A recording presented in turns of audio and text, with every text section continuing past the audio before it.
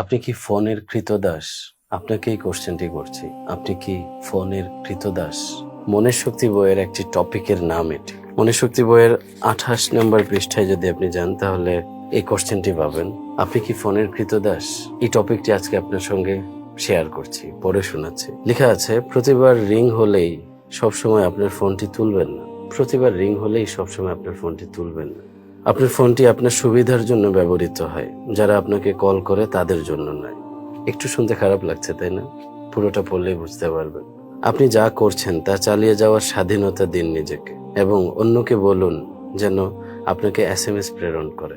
পড়তে খারাপ লাগছে বা শুনতে খারাপ লাগছে? কিছুদিন আগেও ফোন ধরতে না পারলে আমি খুবই উদ্বিগ্ন হয়ে পড়তাম। আমি ভাবতাম আমি কিছু মিস করেছি। আমার একজন শিক্ষক এই সম্পর্কে অনেক ব্যতিক্রমী ছিলেন। তিনি নির্দিষ্ট কিছু সময়ে ফোনের উত্তর দিতেন। আমি কাজটি পছন্দ করতে শুরু করি এবং আমার টিচারের মতো মানসিকতাকে মানিয়ে নেওয়ার জন্য কাজ করি এবং নিজেকে বলি, আমি মরে গেলেও দুনিয়ার সব কিছুই চলবে। আমি মরে গেলেও দুনিয়ার সব কিছু আসলেই চলবে। আমি আজকে ফোন না ধরলে মনে করছি আমাকে ছাড়া চলবে না। আমি মরে গেলে সবই চলবে, কিছুই থামবে না। আমার কথায় আমাকে স্বার্থপর মনে হচ্ছে? দেখুন, আপনি যদি আপনার ফোনের দাস হয়ে যান তাহলে জীবনে ভালো কিছুই করতে পারবেন না। সারাক্ষণ ফোন রিসিভ করা আপনার দায়িত্ব, সারাক্ষণ ফোন রিসিভ করা আপনার ডিউটি। তাহলে সামনে এগোবেন কখন? আমি সেলফিশলি বলছি না, আমি আপনাকে সময় বাঁচানোর কথা বলছি। সব ফোন যদি রিসিভ করতে থাকেন তাহলে আপনি ফোকাসড হবেন কিভাবে? মাই ডিয়ার ফ্রেন্ড, আপনার নিজস্ব গতি আপনি ধরে রাখবেন না। আপনি একটা মোমেন্টামে আছেন, একটা কাজে খুব ডেপথে আপনি খুব কানেক্টেড আছেন, ওই সময় ফোনটা বেজে উঠলো, আপনি ওখান থেকে বের হয়ে আসছেন, আপনার ফ্লো নষ্ট হয়ে গেছে। আপনার মনে এটা চলছে যে ওই ব্যক্তি, তার খুব দরকার এখন আপনাকে। যদি আপনি না থাকেন তাহলেও সে সেটা সলভ করতে পারবে। মেনে নিন এই কথা। এই পৃথিবীতে ৮০০ কোটি মানুষ, তার মধ্যে আমি আপনি একজন। আমি আপনি না থাকলে পৃথিবীর কিছুই থামবে না, কেউ থামবে না। আমি আপনি ফোন না ধরলে দুনিয়া থেমে যাবে না। একটু নিজের উপরে ফোকাস করুন। ফোন আমাদের ফোকাস এবং সময় নষ্ট করে দেয়। তাই আপনার নিজের প্রয়োজনে ফোন ব্যবহার করুন। আপনার জীবনে সবচেয়ে গুরুত্বপূর্ণ মানুষকে বলে রাখুন যে আপনি কি নিয়মে ফোন ব্যবহার করে থাকেন। অর্থাৎ আপনার আপনজন, আপনার ফ্যামিলি মেম্বার্স, তাদের সাথে প্রপারলি কমিউনিকেট করুন যে আপনি কি নিয়মে ফোনটা ব্যবহার করেন। দেখুন, কিছু বছর আগে ফোন ছিল না, তখন কারো জীবন থেমে থাকেনি। এখন ফোন আমাদেরকে এমনভাবে গ্রাস করেছে, এমনভাবে আমাদেরকে কৃতদাস বানিয়েছে। আমাদের মনে হয় যেন প্রত্যেকটা ফোন অ্যাটেন্ড না করলে যেন কি ঘটে যাবে। কিছুই ঘটবে না, সব আগের মতোই চলবে। আপনি যেভাবে মানুষকে অভ্যাস করাবেন তারা সেভাবেই আপনার সঙ্গে আচরণ করবে। আপনি সবসময় ফোন রিসিভ করার জন্য যদি উন্মুখ হয়ে থাকেন তাহলে মানুষ এটাই এক্সপেক্ট করবে যে আপনি একবারে ফোন রিসিভ করবেন। আর আপনি যদি মানুষকে এই অভ্যাস করান যে আপনি ব্যস্ত থাকেন, আপনি কাজের মধ্যে ডুবে থাকেন, আপনি নিজেকে নিয়ে ব্যস্ত থাকেন, তাহলে সামহাও তারা ম্যানেজ করে নেবে এবং আপনার সঙ্গে অ্যাডপ্ট করে নেবে। আপনি বলতে পারেন যে অনেক গুরুত্বপূর্ণ কল হতে পারে, সেটিও রিসিভ করব না। অবশ্যই রিসিভ করবেন। বুঝবেন কিভাবে অনেক গুরুত্বপূর্ণ কল? খুব গুরুত্বপূর্ণ হলে একই ব্যক্তি একই সময়ে ৫-৬ বার কল করবে, আর সাধারণ প্রয়োজন হলে বারবার কল করা থেকে বিরত থাকবে। সাধারণত এমনটাই ঘটে, তাই না? আপনার যখন কাউকে খুব প্রয়োজন, এখনই প্রয়োজন, আপনি কল করতে থাকেন।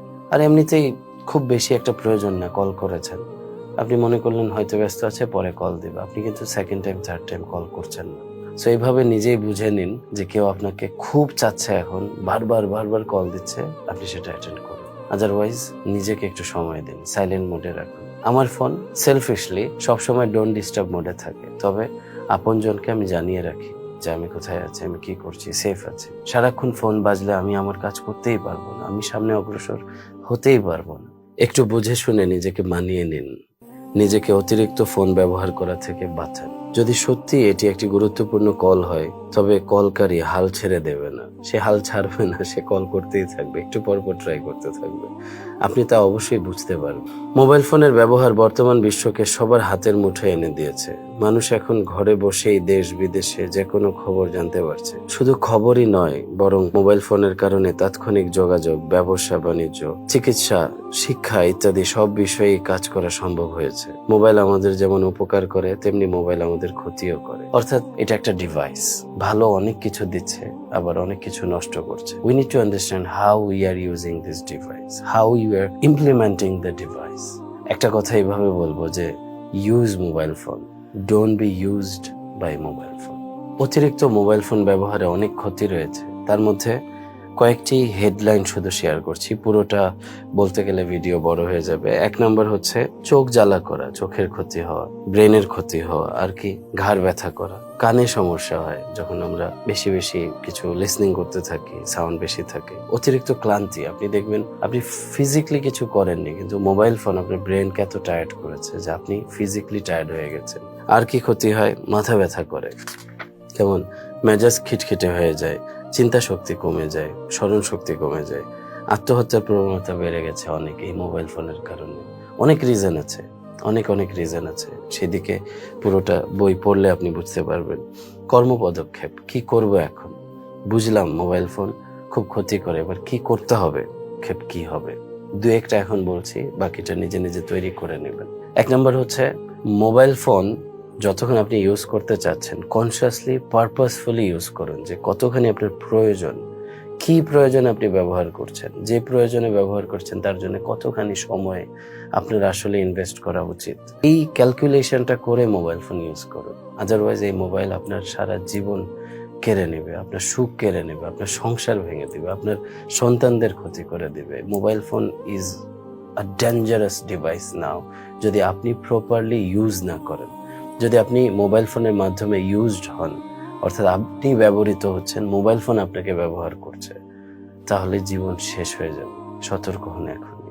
অতিরিক্ত নোটিফিকেশনসগুলো বন্ধ করুন, ডোন্ট ডিস্টার্ব মোড ইউজ করুন, সাইলেন্ট মোড ইউজ করুন। কোন কাজে এটাকে ইউজ করছেন, কনসিয়াস হন এখনই। আপনার পরিবারের কি কি ক্ষতি হচ্ছে মোবাইল ফোনের কারণে, এখনই সতর্ক হন। এবং কত কত পরিবার ভেঙে গেছে এই মোবাইল ফোনের কারণে, সেটা নিয়ে একটু কনসিয়াস হন এখনই। Use mobile phone, don't be used by mobile phone.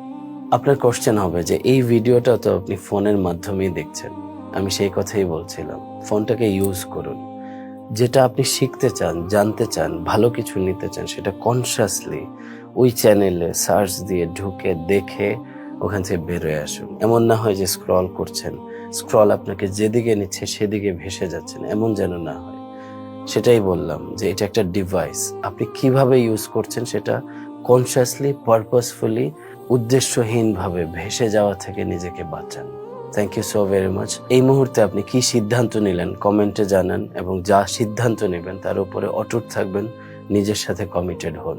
আপনি যদি নিজেকে পরিবর্তন করেন, তাহলে লক্ষ কোটি মানুষ আপনার দ্বারা পরিবর্তিত হবে, আপনি সে ব্যক্তি হবেন। You are the leader and you will have a lot of followers if you change yourself. Stay tuned with Sabit International. Assalamu alaikum wa rahmatullah. মনের শক্তি বাড়াতে থাকুন।